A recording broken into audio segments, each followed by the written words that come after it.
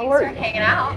Of course, of course. And going for a ride on the People Mover with me today. Oh, one of the best. One of the best. It's like half, get you where you need to go, which is critical on transit. Yeah. It does that. And also a good time. It's a good time? It's a good time. Yeah. Good sightseeing. Get to see the whole, downtown core, You're up high. One of the things that we talk about on Conversations That Move People is moving. Yes. And I always say that people decide where they're going to live, not once, but all the time, like every day, and have to make that choice for themselves, their families, all the time, every day. And you made that choice probably a bunch of times in your life, your young life, you young thing. And you went to college, you did all this. Why did you choose here most recently? What's the decision? What's keeping you or making you think Detroit's the place to be? At this point, the thing that's actually really keeping me here in Detroit now, it's the people. Detroit is going through, I think, a series of movements, and the momentum is actually it's attractive. It makes me curious about, what could happen? There's a lot of people trying to do something, and that concerted activity can grow. Specifically, I wouldn't be me if I didn't. It's Black Tech Saturdays. Mm-hmm. Before Black Tech Saturdays started, as many people know, it's about to head to Houston. And that community and what's happened has really kept me both here, but trying to figure out a way to make sure more people like me can choose to stay. Mm-hmm. Yeah, totally. And we talk a lot about, you and I have talked a lot about making sure we can connect people to opportunity here. And honestly, it doesn't really matter where you live if you don't know about the opportunities that are around you. We have 140,000 open jobs. What does it matter if people can't get connected to them? Right. You know what I mean? People here have incredible ideas. They have to make sure they can get capitalized and they can stay, And obviously Black Tech Saturdays is connecting people to a ton of that. But I think one of the components that are critical to everybody's, success no matter what you're doing, and happiness no matter what you're doing, is having a really wonderful, supportive community.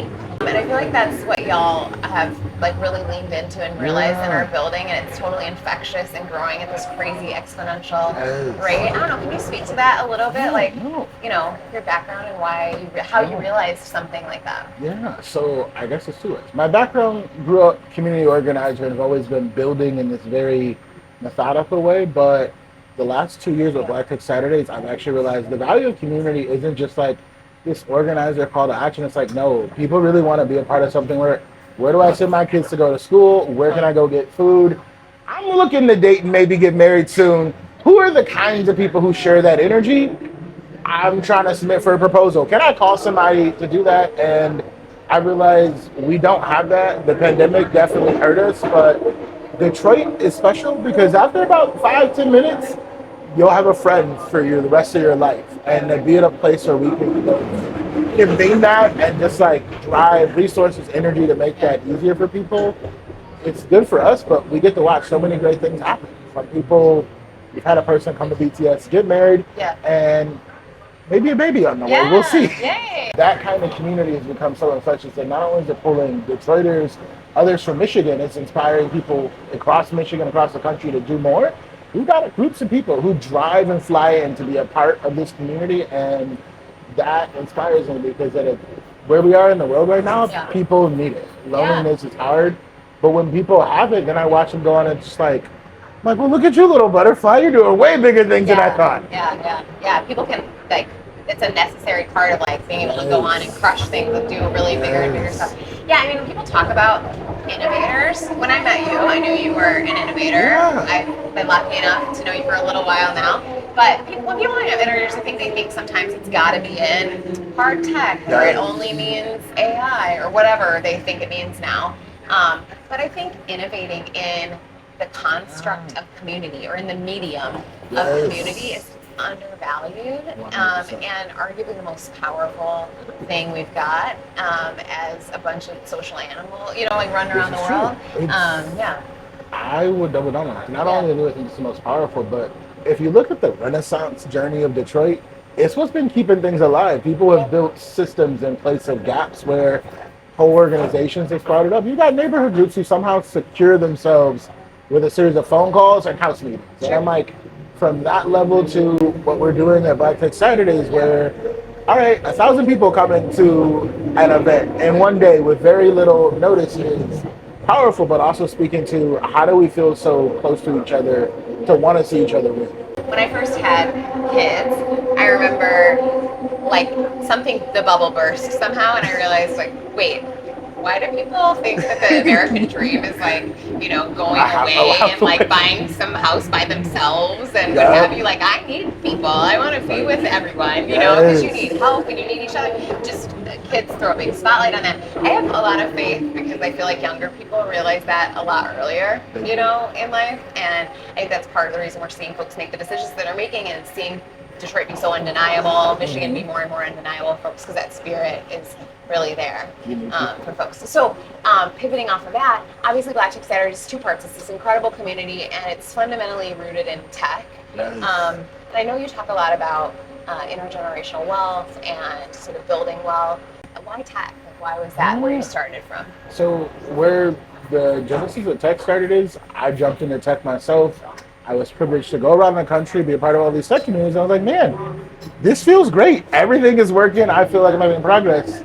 But I didn't feel like we had that in Detroit. And when I started to find a couple of founders and we started to huddle together for one, I was like, honestly, I'm doing pretty great with this. You guys are doing great.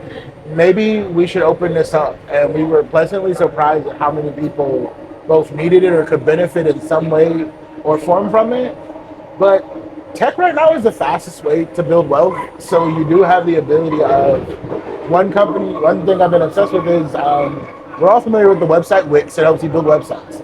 A group of friends, 8 friends, like vibe coded an AI website builder and sold it for $80 million in 6 months. Yeah. I'm like, well, Detroiters have some pretty great ideas and they can get together and AI build some things. Yeah. We have to use things like tech to both level the playing field down, open access, but how many great ideas aren't actually being flushed out there? And so tech allows us to both challenge access, educate, and the future of the world is going to need a little bit of a digital glove for us to all be connected and even get where we need to go. So tech allows for that to happen. Totally. You know how Detroit has this story, right, in Motown or whatever, where it's crazy when you look back on it, and all this amazing talent was like within 3 city blocks or whatever. You know what I mean? And you're like, how did that happen? That's nuts. All these really like incredible people. And recently, Pharrell had that movie that came out. Same thing. They like all went to this high school together, and it was crazy. I feel like I'm witnessing that right now when I come to Black Tech Saturdays, and I'm like present with all of you, or like present with you and Alexa. You all gave me the chance to go with you to a conference in Houston this year. Y'all are like celebrities, like superstars. You roll up in this like black SUV, jump out. There's lines of people. It's like I ride with the Beatles or something, and I'm like in the presence of greatness. I just know what is happening. It's really special. You know what I mean? I'm grateful that everybody's realizing it's not just happening here across the country. Folks realize that there is something really special happening here, that there's something innovative happening here, and there's a whole group of people right near each other supporting, you know what I mean? Like it's sort of egging each other on in the best way. And something magical is happening and going to happen. Anyone sleeping on Detroit needs to know that. 100%. Literally, Detroit, I've said it a million times, we're the next great tech hub, but ultimately because of that community superpower, we're just gonna push each other up. When founders have announcements, everybody shows up. You have a launch party, you're gonna have that friend group. And the world is taking notice. A friend of ours was just in Paris, just like, I'm here for a vacation, and I mentioned Detroit, and someone's like, oh, you've heard of Black Tech Saturdays? She was just like, it took me aback. She's like, I showed them a picture just to make sure we're talking about the same thing. I'm not even kidding. Y'all need merch. To wear everywhere. I can say there is a new drop next week. New drop. Okay. Well, speaking of merch, I want to talk about one other thing. So, a little bit different than merch, but one of the things y'all are putting out coming up here is for young people.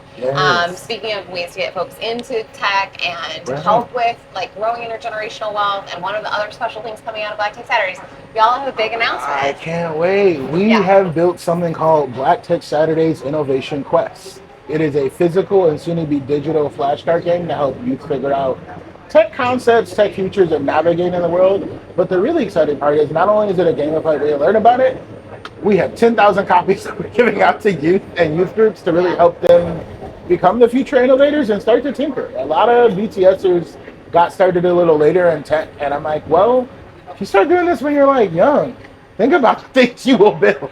Totally. When I saw the one with product market fit, I was like, I wish somebody, you know what I mean? I wish somebody told me this Right. a long time ago. I feel like I really learned about product market fit when I skinned my knees the third time trying to do it. Exactly. You know? And I can say a part of it is there's so many families that showed up to BTS. They're like, do something for our kids, and I'm privileged. Doug Song has been a mentor.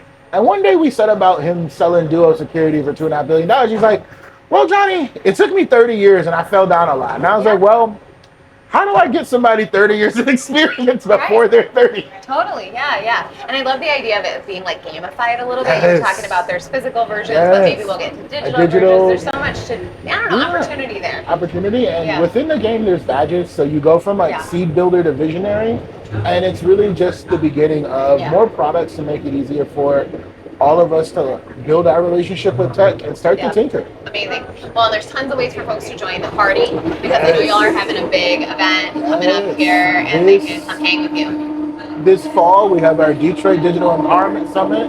It is a 3-day event featuring a Youth Tech Fest, 2 days of workshops, pitch competitions. We have almost $200,000 in non-dilutive capital we're going to give away. It's going to be a fun time. Last year we had about 3,000 people. This year, we might just double it. Yeah, amazing. Well, if nobody has FOMO yet, they should, because it deserves FOMO. People should be there. I can't wait for everybody to come and hang with us in September. I'm going to be there. I can't wait. It's going to be a fun time. Hilary might drop a rap song. Oh my gosh, you heard it here first. In fact, I heard it here first.